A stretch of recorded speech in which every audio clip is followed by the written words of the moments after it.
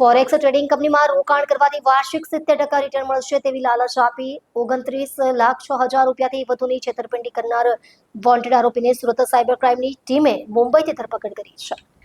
સુરતમાં એક પીડિત વ્યક્તિને ફોરેક્સ ટ્રેડિંગ કંપનીમાં રોકાણ કરવાથી 70% વાર્ષિક વળતર મળવાની લાલચ આપવામાં આવી હતી. આ લાલચમાં આવીને પીડિતે ઓનલાઈન માધ્યમથી 29,06,000 રૂપિયા જેટલી રકમ જમા કરાવી દીધી હતી. ત્યારબાદ આરોપીઓએ તેમની સાથે છેતરપિંડી આચરી હતી. પીડિતની ફરિયાદના આધારે સુરત સાયબર ક્રાઇમ પોલીસ મથકમાં ગુનો નોંધાયો હતો. ટીસીપી વિશાખા જૈનની સૂચના અને માર્ગદર્શન હેઠળ તપાસ કરી રહેલી ટીમે પહેલા આ ગુનામાં સંડોવાયેલા એક આરોપી શહબાઝ શેખને ઝડપી પાડ્યો હતો.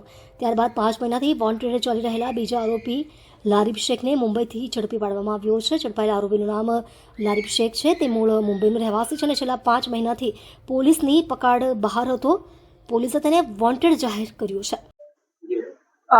પોલીસ કમિશનર સર, સુરત શહેરની સૂચના મુજબ સુરત શહેરના નાગરિકો સાથે થતા સાયબર ક્રાઇમ ફ્રોડ અંગે જે ગુના રજીસ્ટર કરવામાં આવે છે તે અંતર્ગત ગત વર્ષમાં એક 29 લાખ રૂપિયાના ઇન્વેસ્ટમેન્ટ ફ્રોડનો ગુનો સાયબર ક્રાઇમ સેલમાં રજીસ્ટર કરવામાં આવ્યો હતો અને જેની અંદર જે ફરિયાદી છે તેમને સાયબર ક્રિમિનલ્સ જે ટેલિકોલર્સ મારફતે ઘણા કોલ આવેલા હતા કે તમે હાઇફન માર્કેટ્સ લિમિટેડ નામની અમારી કંપનીની અંદર જો રોકાણ કરશો તો 70% જેટલું ઊંચું વળતર તમને મળશે.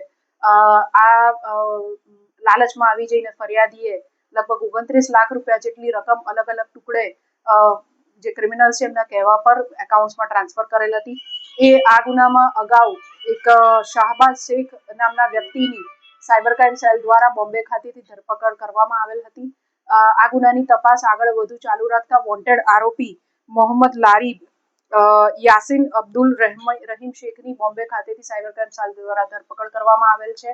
આ ગુનામાં જે મૂળ આરોપી છે તેની સાથે મળીને જે એકાઉન્ટ કંપનીના નામે ખોલાવીને ભાડે લઈ હાઇફન માર્કેટ્સ પ્રાઇવેટ લિમિટેડના નામે આ ધંધો ચલાવતા હતા તથા ટેલિકોલર્સ વગેરેનો ઉપયોગ કરીને અલગ અલગ સિટીમાં ભારતીય નાગરિકોને ટાર્ગેટ કરીને ઊંચા પ્રોફિટનું લાલચ આપીને સાયબર ક્રાઇમ જેનો અંજામ આપતા હતા.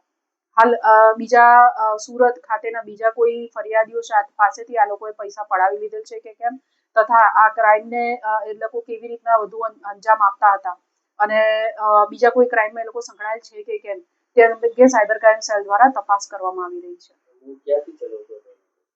મૂળ આ જે ફ્રોડ છે બોમ્બે ખાતેથી આ નામની કંપની 2023થી ચલાવતા હતા હાઇફન માર્કેટ્સ લિમિટેડ અને એના માટે ટેલિકોલર્સ વગેરે ત્યાં જ રાખેલ હતા અને બોમ્બે ખાતેથી આ લોકો અલગ અલગ શહેરોમાં ભારતીય નાગરિકોને ટાર્ગેટ કરીને આ પ્રકારનું ઇન્વેસ્ટમેન્ટ ફ્રોડ ચલાવી રહેલા હતા.